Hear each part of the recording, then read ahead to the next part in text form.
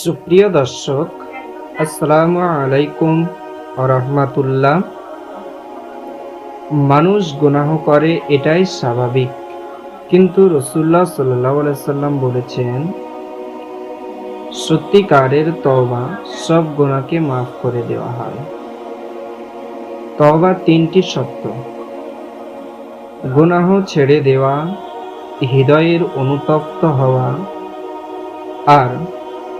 আর কখনো না দৃঢ়তা সংকল্প করা যে আর গুনাহ করব না। আল্লাহ এত দয়ালু যে মৃত্যুর আগের মুহূর্তেও কেউ যদি তওবা করে, তার তওবা আল্লাহ তাআলা কবুল করে নেন এবং তার সমস্ত গুনাহকে আল্লাহ তাআলা মাফ করে দেন।